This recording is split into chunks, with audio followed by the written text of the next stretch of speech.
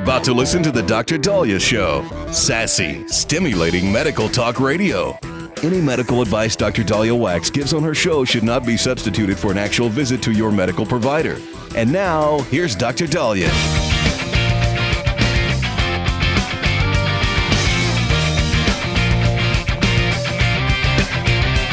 All right. We are back on the Dr. Daliah Show. Thank you all for tuning in. 1-877-Dr. 1-877-DOCDALI. So this is your homework assignment. I want everybody to look at their feet. Just look at your feet. No, don't smell your feet. Just look at, no, if you're in a skirt, no, at home. Do this at home, okay? Just put the leg down. If you're driving, keep the foot down. I'm saying at home. I want you to look at your feet, okay? My guess is a lot of you have dry, cracked feet. And my second guess is many of you are blowing it off.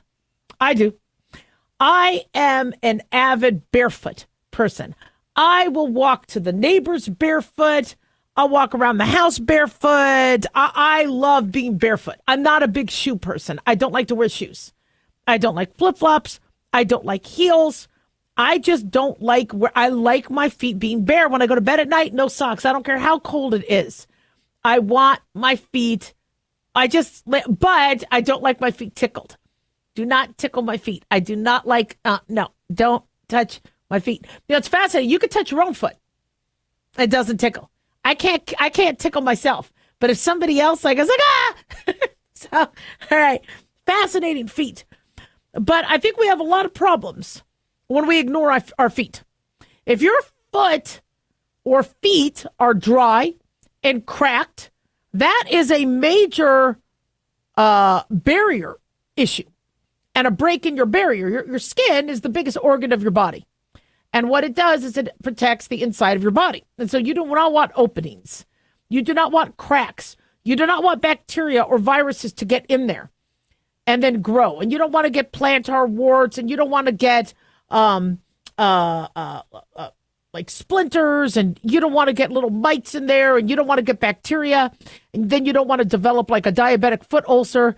You need to take care of your feet, and the majority of us don't. Now, some of us go for pedicures, going, well, I get a pedicure every month, and so they pummel stone it, if that's what it is, or they scrub it, and then maybe they put some moisturizer, so I'm good. No. Your foot care is daily. Are you taking care of your feet daily? Now, I don't take care of my feet. I haven't been able to see my feet since puberty. I have to literally, to get around the boobies, I have to put my foot up on a counter so that I can access it. And again, I don't wear a skirt when I'm doing this. Or when I'm sitting, and you need to check your feet daily, and you need to be on top of that. Remember how we talk about your teeth and how you need to brush your teeth and take care of your gums and your teeth very judiciously, because if you do have inflammation in the gums, that could put you at risk for heart disease, dementia, stroke, other things. Same thing with your feet.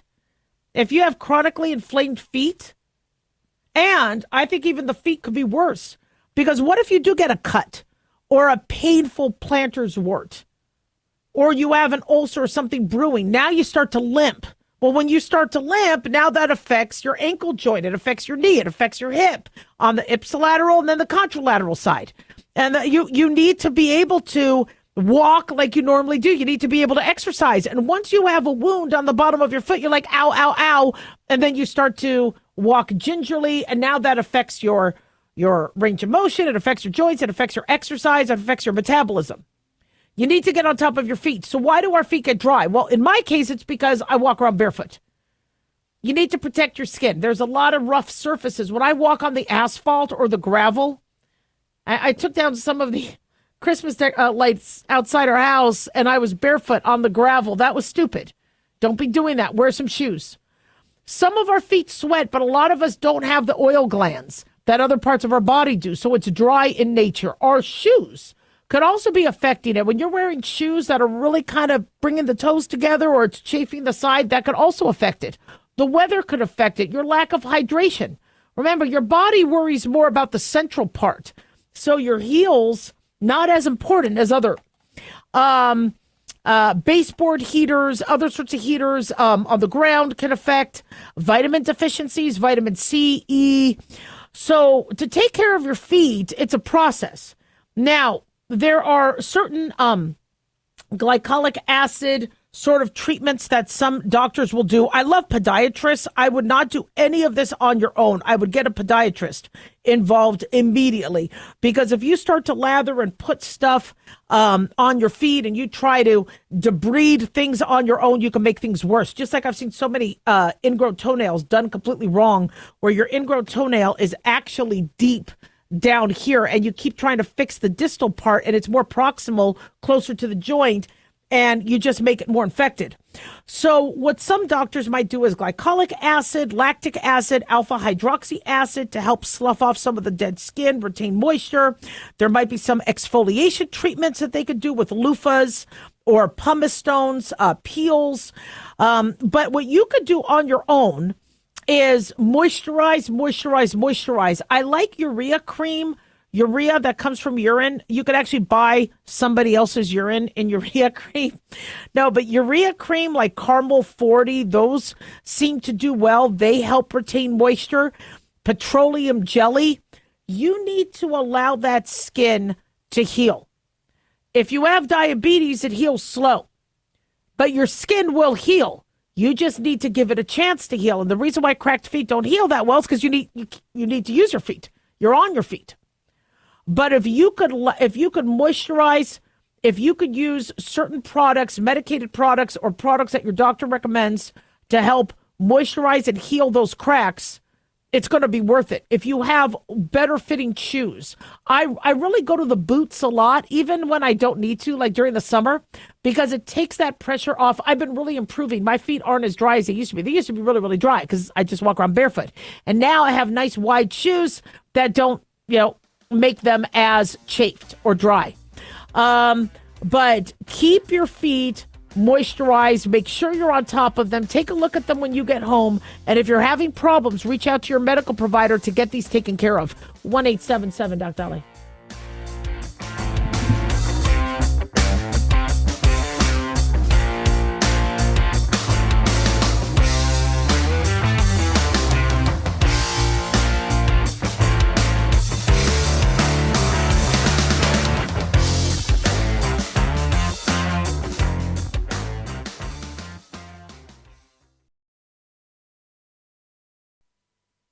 Dr. Daliah here. Are you tired, burned out, gaining weight, succumbing to the daily pressures of life? Well, how's your dopamine doing?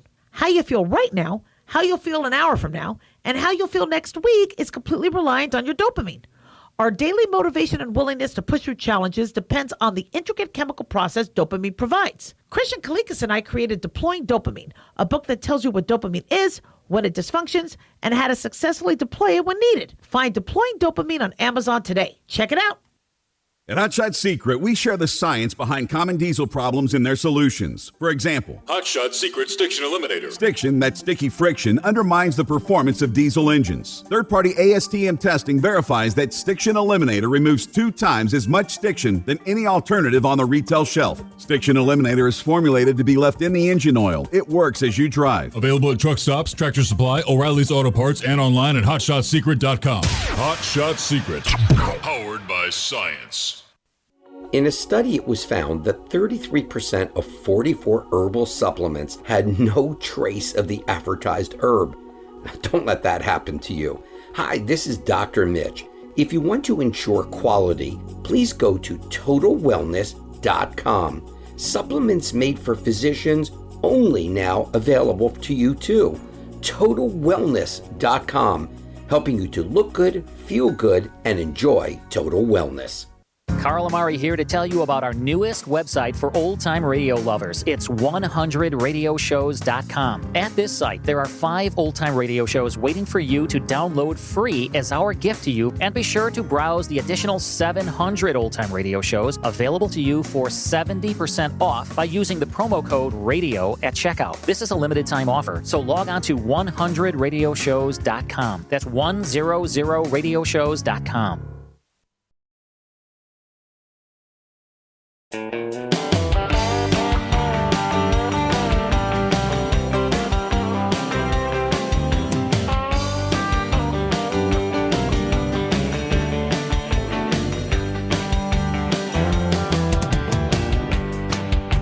right, we are back on the Dr. Daliah Show. Thank you all for tuning in. 1-877-Dr. Dali, 1-877-DOCDALI. Big thanks to Talk Media Network for making the show happen. Big thanks to Daniel, our producer, and big thanks to y'all for tuning in. We really do appreciate it. Don't forget to follow us on Twitter at Dr. Daliah, Facebook, The Dr. Daliah Show, and on YouTube, click like and subscribe. Okay, so, I know some of you guys are watching the show live on Facebook Live or on our videos. I'm not sure why the reels don't have audio. So if you are picking up on the reels, just hit click live video or click video, and then you'll be able to see them. Again, I'm in radio not to be seen, so you guys might not like what you see. Just, cut me some slack, all right? So one thing that we haven't talked about, I don't believe, and I've been on air almost 16 years. So one thing we haven't talked about is jealousy. I mean, we've talked about thou shalt not covet thy neighbor and things like that. And I know, don't get me started. My mom will always say, you misquoted the Bible again. I'm like, I know. I am no biblical expert. I know that shocks a lot of people. But a lot of us deal with jealousy. And that's one of the reasons why some people have the holiday blues. That's why some people have depression, anxiety, struggle in relationships. And jealousy at its core is a defense mechanism. Now, I understand I'm a family doctor, but we get a lot of psychology in our training, and I get versed on human behavior a lot, being a physician. But why do we have jealousy? Well, because it makes you get off your ass. So go back to caveman days. You're in your cave, and you're all sitting there waiting for Netflix to be invented. Yet your caveman neighbor is eating a big hunk of zebra butt. And you're like, well, I want some zebra butt. Well, then you need to get off your butt and go get some zebra.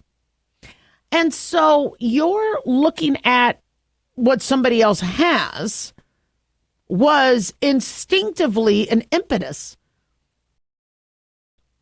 for you to get off your butt and go and get that. And jealousy, if unchecked, could become evil. And that's why the Bible says, thou shalt not covet thy neighbor. And maybe there's more to that, sorry. You're not supposed to be coveting. Not supposed to covet your neighbor's wife or husband. You're not supposed to covet their Tesla. Okay? You're supposed to be working with your neighbors. I mean, the Bible wanted society. The Bible wanted you to work as a community. To be a village, to have safety in numbers. But if everybody's jealous of, what everybody else has, then, you're going to fall apart. And jealousy, sadly, breaks up a lot of relationships. And I hear this from women all the time. They really struggled having friendships with girls because girls would always be jealous. Jealous of their boyfriend, jealous of their outfit, jealous of this. Jealousy is not just exclusive to women. I mean, anybody could be jealous. But you'll have somebody see somebody else having some great abs, and they're like, you know what, I'm jealous of that. I'm going to now get some good abs. So basic jealousy will be part of your instinctive nature to, okay, I'm going to improve myself. I want good health. I want to have good zebra. Yeah, I want to have a good-looking spouse. So, I am going to do things that will help me reach my goal. I want to go and see the Roman Colosseum. I'm jealous of that. I want to go. Now, it's funny. People will post things online and I'll be like, jealous. I mean, I'm not really jealous, but I'm telling them that's very, very cool. You're doing something that I think is really, really cool. I use it as a compliment. But jealousy can get really, really bad. I've seen people who were jealous of me and really, why do you have to be jealous of me? And they tried to ruin my life. And I'm like, really? Really? What's wrong with you? And people with mental illness or people who are evil, they just like to really mess with others. Now, I've been, some of my listeners have said, what do you do if you really can't stand somebody and you want to see them fall? And you are jealous of them. How do you keep that in check? How do you control the bad jealousy?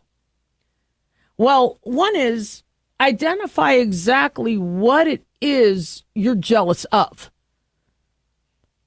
Most of the time it's because you're missing something. Is it because your health isn't good?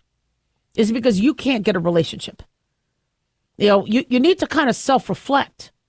Looking at other people that have something that you don't, you need to identify what is it.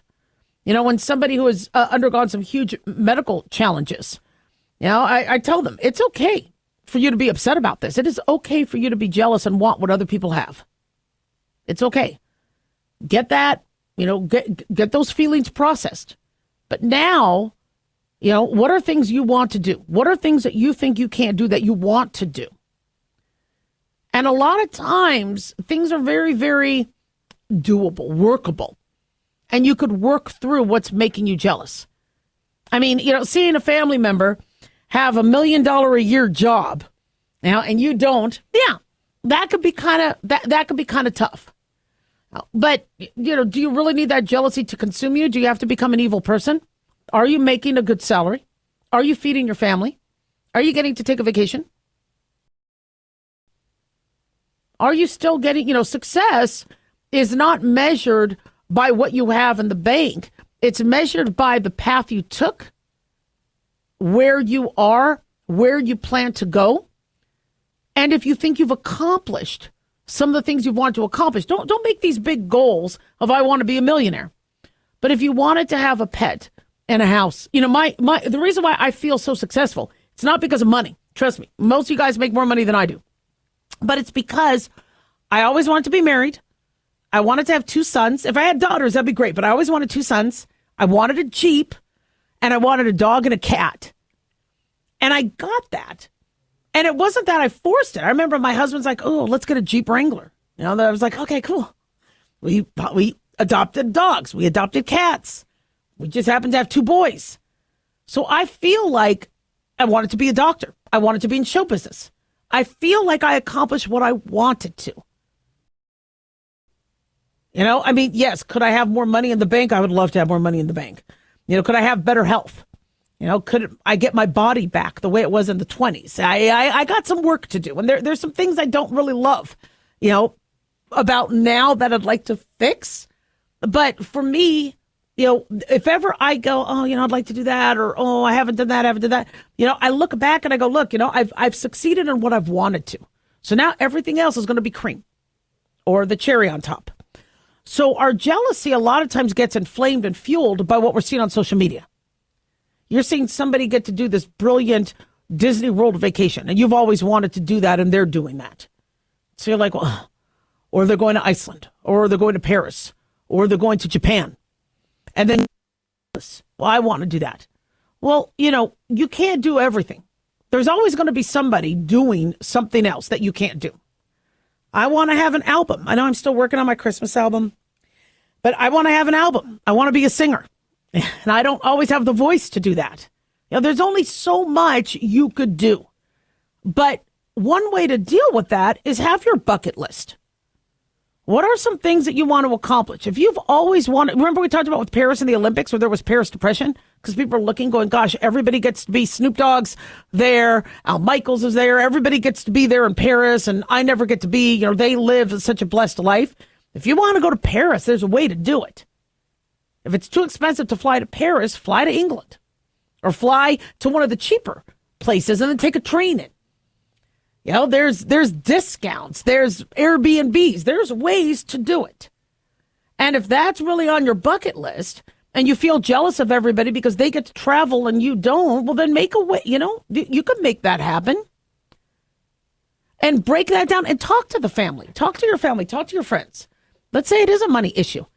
I think after the new year, a great way to make money is talk to your neighborhood and say, look, I'm trying to raise money for X, Y, and Z. I want to do a big garage sale or yard sale. Do you have anything you could donate to that? Or I'll give you, a percentage of whatever we sell. But I'm trying to, and I think a lot of neighbors would love that. Farmers market, there's crowdfunding, things like that, So break down what it is that's bothering you, that you're seeing other people have that you don't. A lot of people, they want to find love. Well, relationships are tricky. And you see these pictures online of people looking like they are just in love. And I've come to find out behind the curtain, there's a lot of issues between that, with that relationship. So don't fall for what you see. You know, right now with all the holiday shopping, these commercials are targeting and manipulating you, making you want something you don't have. And don't fall for that. But being jealous is part of our makeup, our natural instinct. Just don't let it consume you, and don't let it cause you to do evil. 1-877 Doc Daliah.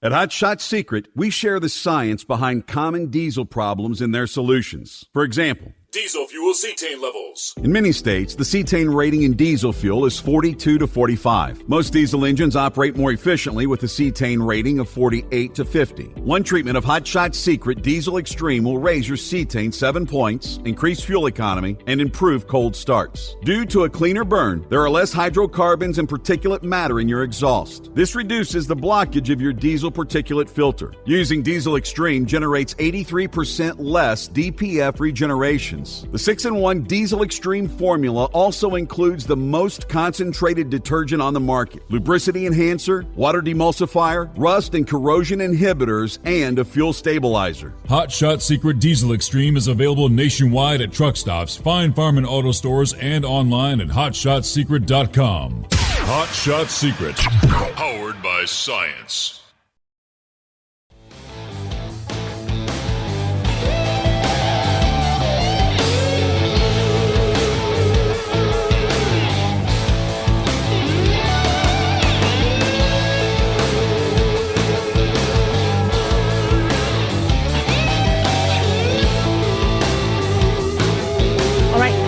We are back on the Dr. Daliah Show. Thank you all for tuning in. 1-877 Doc Daliah, 1-877 DOCDALI. So we still have this big debate going on what should you be sleeping in? Should you be sleeping in pajamas, or should you be naked? Or should you be sleeping in the clothes that you wore that day? Now, if I had to choose, I would say pajamas, but not necessarily the pajamas that are sold. So I'm of the mindset, and what I recommend patients do, especially those who have trouble sleeping, is to have your comfy sleep outfit. And you'll find it. And it's the outfit that doesn't make you cold, doesn't make you hot, isn't like a sticky wool, doesn't make you sweat, and it's loose, so it doesn't grab. And when you're trying to sleep, now you got to fix the shirt because it's kind of pulling on your neck. And so, experts have gone back and forth saying, oh, yeah, you need pajamas. Pajamas help you sleep better. And or sleeping naked. Sleeping naked is better because you could bond with your partner when you're naked. You could have better fertility, sperm health. Because if you're naked, then you're not having the pants bring up the testicles, and the testicles could stay cooler. They say there's fewer yeast infections in women who could sleep naked because they get air there and they're ventilating it. But there's a lot of people that don't do well sleeping naked. They get cold. And then if their covers are cold and me, I don't like sleeping naked because, I really don't want to scare the pets. And also, I had a fire in my house when I was younger. And so I still always fear that there could be a fire. And then when I was living in Tonopah Hall, the dorm at UNLV, there would be fires. And so in the middle of the night, you had to just get up and go. And I just want to be dressed. I don't want, the RA coming in with me naked. I was like, I'm going to be dressed. But what I like to sleep in is I have a T-shirt that's of that. What is that material? It's kind of like the workout material where it's not polyester. It's not cotton, but it's shiny. And it's, maybe it's part polyester, part cotton. It's oversized, so it's loose. So it's not going to grab against my neck. And it kind of is a little bit lower cut, so it doesn't constrict the neck, but it's loose. And I could just wear that if I wanted to, or I could wear some boxer briefs. And the clothes is not restricting. I never sweat in those. Or not noticeably. It's cool enough to the touch where I don't get warm, but it's still warm enough to cover me. And then I have my blankets. And the blanket I use, I have a couple different blankets, but I have this down comforter, not an expensive one, but it's a down comforter where it feels cool when you're hot, and then it kind of warms you up if you're. I love those down comforters. I don't know what that material is, that white material. And as long as the cats don't pee on it, I use that every night. But the reason why I recommend a pajama type is I don't want you sleeping in your regular clothes. If you have trouble sleeping, you need to get your body in the groove. You need to get your body psyched out for it. And so if there's a particular outfit you wear for sleep, then that's going to get your body, it's a little psychological trick to get your body to be used to that. That's why with kids, there's going to be a lot of pajama collections. You know, now that we're coming up on Christmas, there's a lot of kids that don't have pajamas. You know, there's a lot of clothing drives and things like that, but pajamas help kids sleep. Why? Well, because those are their sleep clothes. So when you get them into their pajamas, their body is already used to, okay, when I wear this, I fall asleep.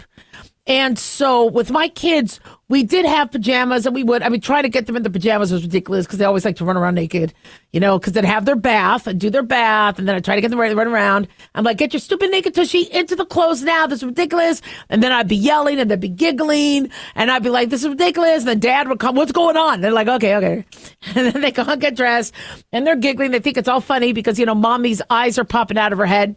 And then I'm like, you know, then like bedtime story and tuck me in. But with kids, a routine is perfect for that nighttime. The only problem you got to be careful of is if you don't do that routine. If let's say you work nights, you know, or you work, because a lot of times I worked when when the kids were young. And so I might not be there to put them to bed. You want them flexible enough where they could go to bed with the babysitter, with the grandparent, with mom or dad.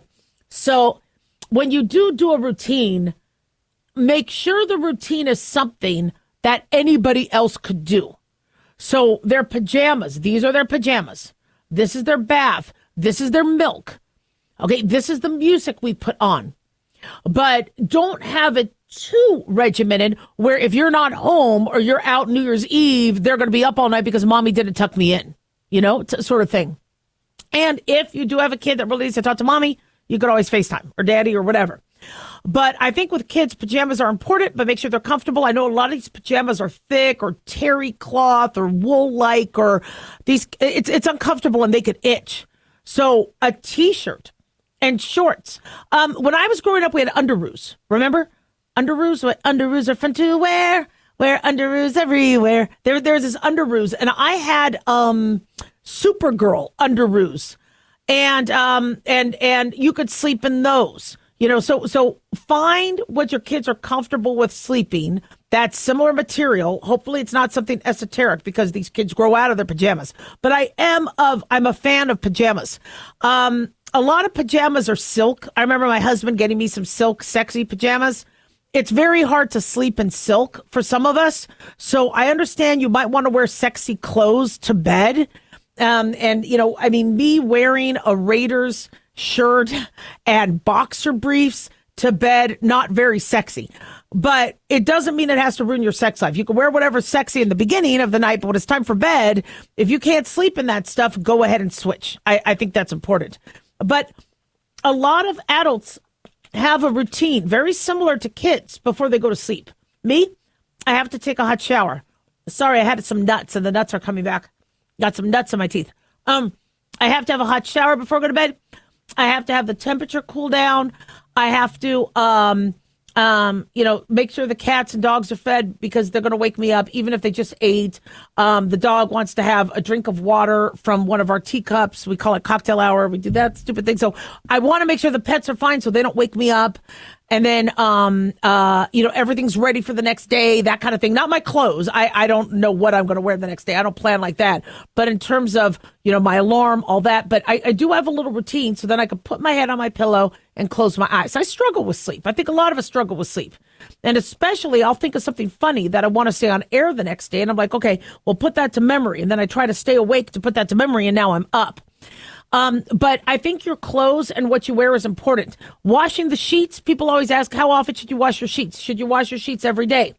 If you're having sex, I would. All right, yeah, that would. But if you're not, the sheets can last a couple days. Some studies say your sheets could last a week. I wouldn't go farther than that because there's a lot of skin, dead skin, hair, dirt, and I understand that unwashed sheets are comfier than washed, crisp sheets. I get that. But that doesn't mean to not wash your sheets. All right? Because dirt doesn't help you sleep. You don't want to be breathing that stuff in. You don't want to be getting acne. You don't want any of that. Now, if you do like sleeping naked, that's fine. A lot of people need to. They need to sleep naked. Hard to do when you're going camping with other people, or if you're, but if that's what works for you, that's great. But if your partner isn't into that, and the skin on skin causes sweating and friction or whatever, please be respectful of that. They might want to wear something, and etc. And then pillows. People ask about pillows. Should you have the thicker pillow, the softer pillow, 1, 2? From a medical standpoint, I always recommend having a pillow you can put in between your knees. I think your legs need to be you need your legs like this, and when you sleep, it goes like that. So I would definitely have a pillow in between your knees, and make sure whatever you're using is very neck flexible and neck comfortable. 1-877-DOC-DALIAH.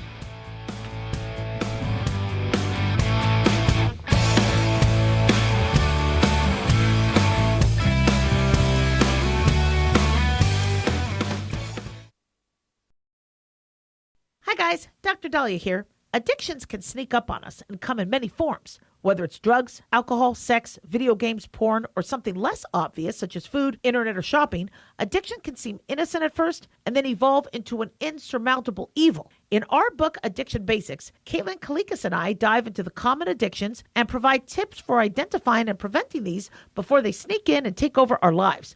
Addiction Basics can be found on Amazon or my website, drdaliah.com. Check it out.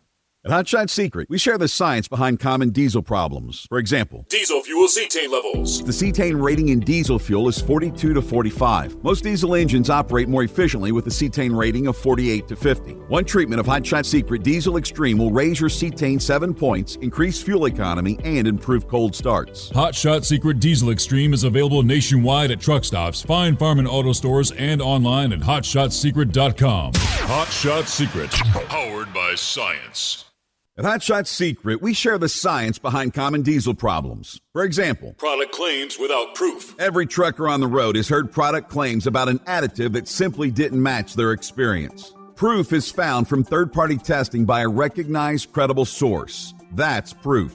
Hot Shot Secret Stiction Eliminator will improve your performance and fuel economy. For proof, we engaged the Ohio State University Center of Automotive Research to conduct an EPA-certified fuel economy test with Stiction Eliminator on a FedEx truck, a 2006 P500 Freightliner with 247,000 miles. The test showed a 3.6% increase in highway driving fuel economy from Stiction Eliminator, an oil additive. The complete report from OSU is available for download at hotshotsecret.com. That's proof. Hot Shot Secret Stiction Eliminator, available at truck stops, Tractor Supply, O'Reilly's Auto Parts, and online at hotshotsecret.com. Hot Shot Secret, powered by science.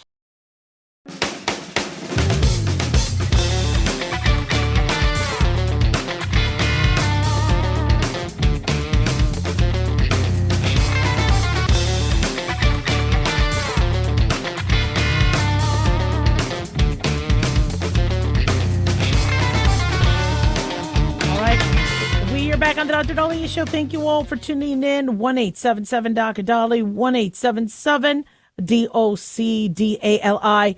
So this is interesting. One of my patients is been struggling with coughs over the last 10, 15 years and said she never used to struggle when she could get her Phenergan VC with codeine or her cough syrup with codeine.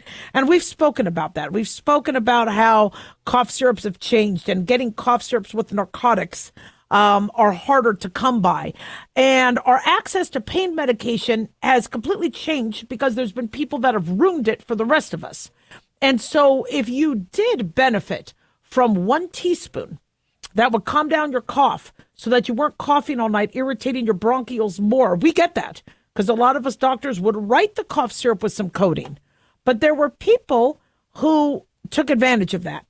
And they took advantage of that to the point now where doctors, anytime they even want to write a controlled substance, has to go through so many hoops and regulations that they're like, I'm not doing it, I'm not doing it, I'm not doing it.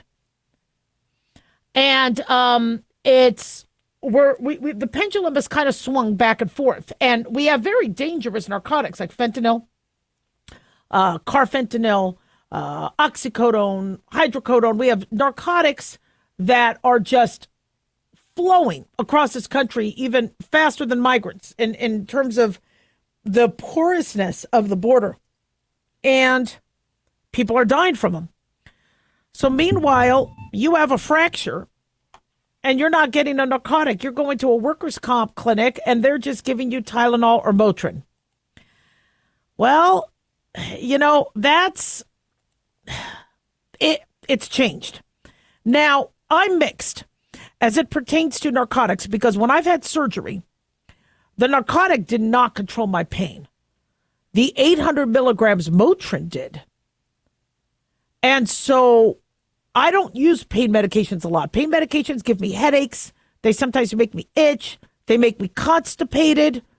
But I do understand that for some patients, it provides them relief. Now, I was trained in the 90s where legal scholars were saying a doctor should not only be sued, but thrown in jail if they don't help you with your pain. It's torture if you do not get your control, if you do not get your pain. And so, back in the 90s and 2000s, when doctors were being sued left and right, and St. Paul and a malpractice company had to pull out because of all these lawsuits, doctors like, oh, look, I don't want to be sued. You want pain medicine, fine. But another issue that was going on is even though I'm like, look, I really think the ibuprofen is a better pain medication, the problem is you can't be taking ibuprofen long term, especially 800 milligrams. That could fry your kidneys. It could burn a hole in your stomach. It could cause congestive heart failure. You can't use that long term. So as I've said before, we have a pain problem. Now, pain is an art. I was taught by some of the best in medical school, where if you use pain medication properly, you could limit a person's pain. But it takes time. It takes work. And so when we look at bronchitises and lung infections, we do not support pain medication, to treat COVID and all that.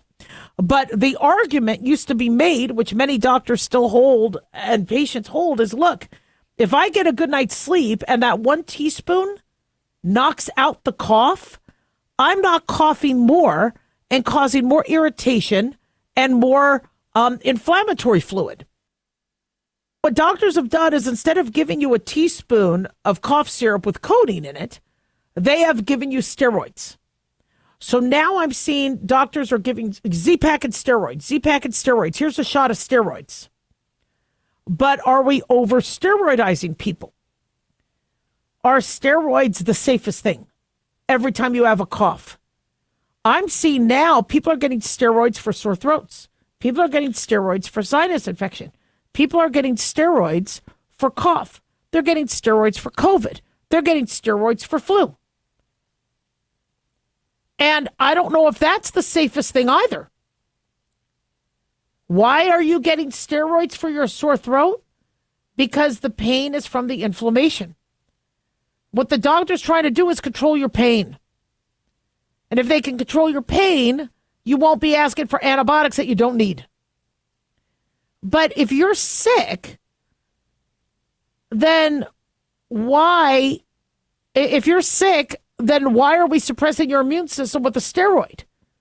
Steroids suppress your immune system. You need to be able to fight the infection. So this is, these are discussions we have to have. And I know patients are looking at us as, okay, come on. What are you doing here? And, I'm mixed. We really should not be, what we did with the pain medication was ridiculous. And a lot of doctors did take part. I think a lot of the crisis was drugs coming over the border and cartels. But when a doctor said, look, I'm not going to lose my license and lose the patient because all these anti-inflammatories are killing their kidneys. Because, nephrologists would call doctors up saying, will you stop it? This person's in stage 3 kidney failure. Stop it with the anti-inflammatories. And the doctor's like, but they're in pain. Meanwhile, you have lawyers and legal scholars saying, lock them up. They're not controlling the pain. So doctors are like, look, what do I do? You're in pain. You have spinal stenosis. You have severe osteoarthritis. You have rheumatoid arthritis. And these steroids and anti-inflammatories are killing your kidneys. I don't want to be at fault for that. So let me give you something for your pain. And now it's an absolute mess. Plus, you had doctors that took advantage, these pill mills, which Pam Bondi apparently put an end to in Florida when she was Attorney General in Florida. So I would, like to see that, visited. We have a pain issue in this country. And now that more of us are older, now that more of us have arthritis, now that more of us have kind of not had a regular primary care doctor, so we just basically use telemedicine, and then we wait until the pain is unbearable, and then we go in and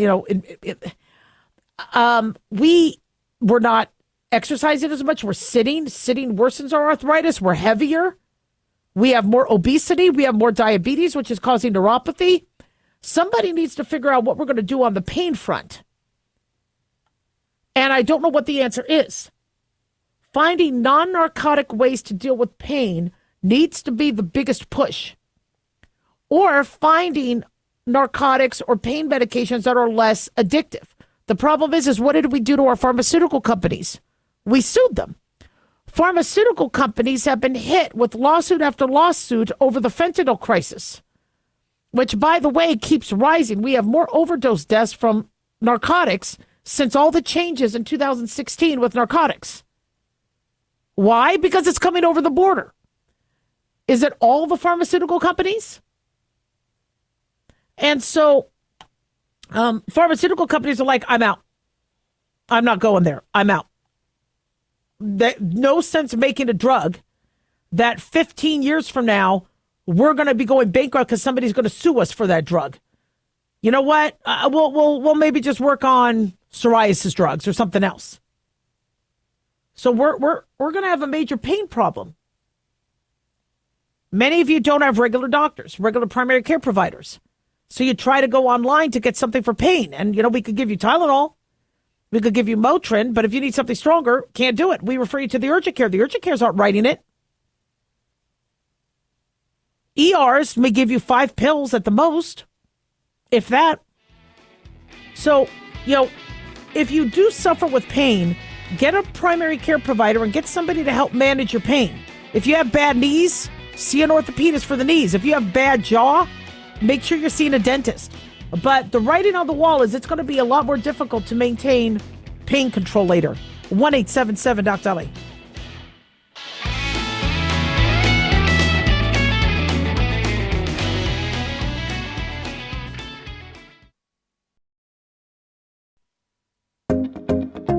Did you know that healthy arteries make a gas? Yes, actually 3 known gases. Hi, I'm Dr. Mitch, and nitric oxide is a gas that's readily made all day long to keep our arteries open by relaxing the blood vessel walls. By doing this, our circulation is increased, bringing blood, oxygen, and nutrients to every part of your body. Both age and poor diet can lead to a loss of this precious gas, and in turn, blood pressure can go up, energy can go down, and you can get tingling in your hands and feet. Well, our product, Ultimate Nitric Oxide, can easily help fix this lack of nitric oxide. Go to TotalWellness.com. That's TotalWellness.com, where we are helping you to look good, feel good, and enjoy total wellness.